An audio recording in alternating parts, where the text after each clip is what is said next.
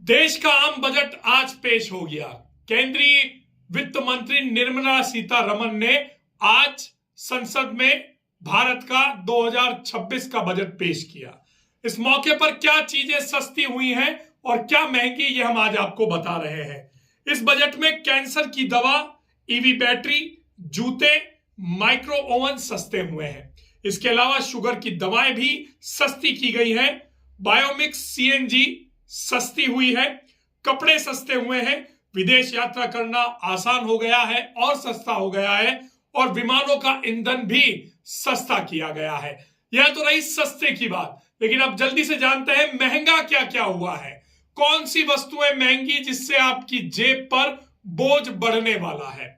शराब महंगी हुई है, खनिज महंगे हुए हैं, स्क्रैप महंगा हुआ है, ऑप्शनल ट्रेडिंग महंगी हुई है, सिगरेट महंगी हुई है, तंबाकू पान मसाला महंगा हो गया है, विदेशी परफ्यूम भी महंगे हो गए हैं, लग्जरी घड़ियां और आयातित वस्तुएं महंगी हुई हैं।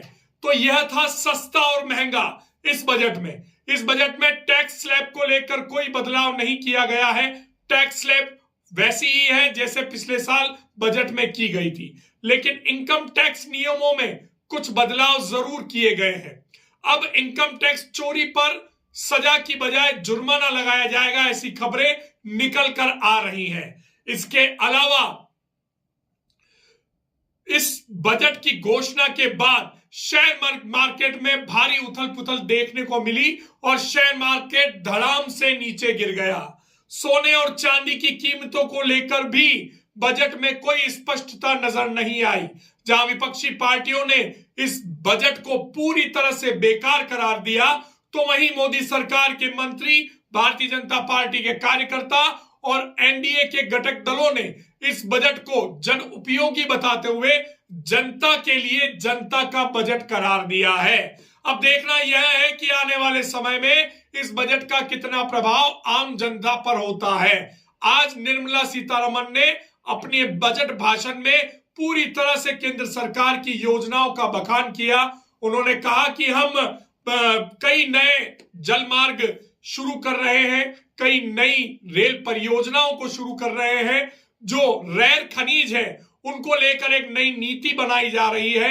एक खनिज कॉरिडोर का निर्माण भी हमारे द्वारा किया जा रहा है। एमएसएमई को लेकर एक बहुत बड़े बजट की घोषणा निर्मला सीतारमण ने की है और कहा है कि एमएसएमई हमारे देश का एक मजबूत स्तंभ है और उसको बढ़ावा देना एक प्रमुख हमारा कर्तव्य बनता है। इसके अलावा निर्मला सीतारमण ने कहा कि शहर जो है वो आर्थिक आधार का इंजन है और शहरों की रीढ़ को मजबूत करना, शहरों में रोजगार को बढ़ावा देना, ये हमारा प्रमुख उद्देश्य होना चाहिए।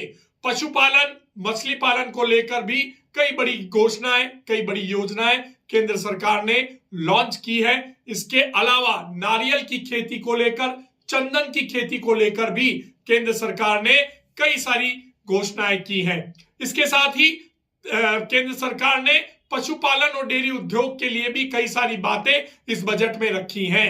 अब जब बजट का पूरा डेटा सामने आएगा, तब पूरी चीजें स्पष्ट होंगी कि इसमें क्या क्या मिलने वाला है और क्या क्या नहीं मिलने वाला। लेकिन स्पष्ट तौर पर राजस्थान में इस बजट को लेकर क्या मिला है, इसको लेकर स्थिति अभी तक स्पष्ट नहीं हुई है। तो देखते रहिए वीडी टीवी, हम बजट से जुड़ी और बातें आपको समय समय पर बताते रहेंगे।